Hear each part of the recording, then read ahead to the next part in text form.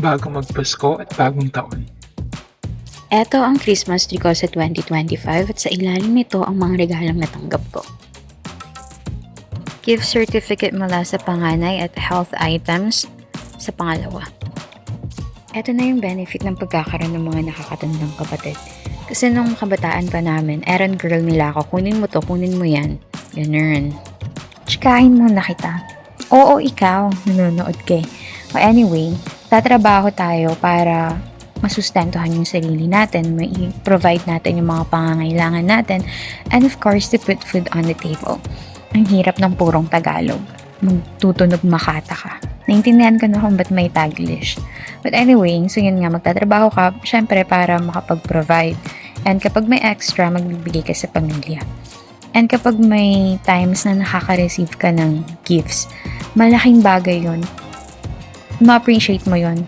Lalo na kung bawat pagkain, bawat kilos mo, pinagtatrabahuan mo, and then pag naka-receive ka ng mga gifts from family and friends, nakakatuwa kasi at least hindi mo binili, 'di ba? Parang masarap yung libre, parang ganun.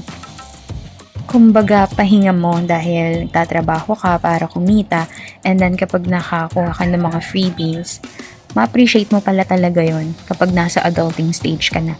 Bata-bata ka, wala pa kasi syempre dependent ka pa. Pero kapag independent ka na, dun mo ma-appreciate yung mga ganun, yung mga freebies.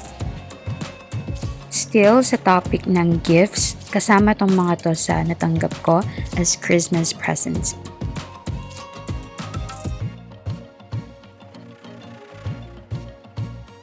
At dito naman sa bandang kaliwa, yung prepare ko para sa mga carolers, specifically sa mga bata. Not to flex or brag, pero documentation nang sa ganun, ma-remind ako kung paano ba yung holiday season ko ng 2025.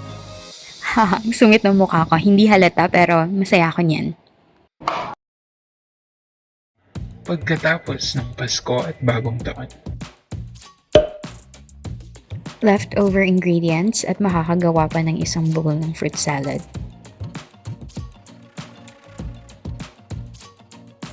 Sa 50 pesos, 6 na piraso na. Kaso hindi matamis. Kaya pala.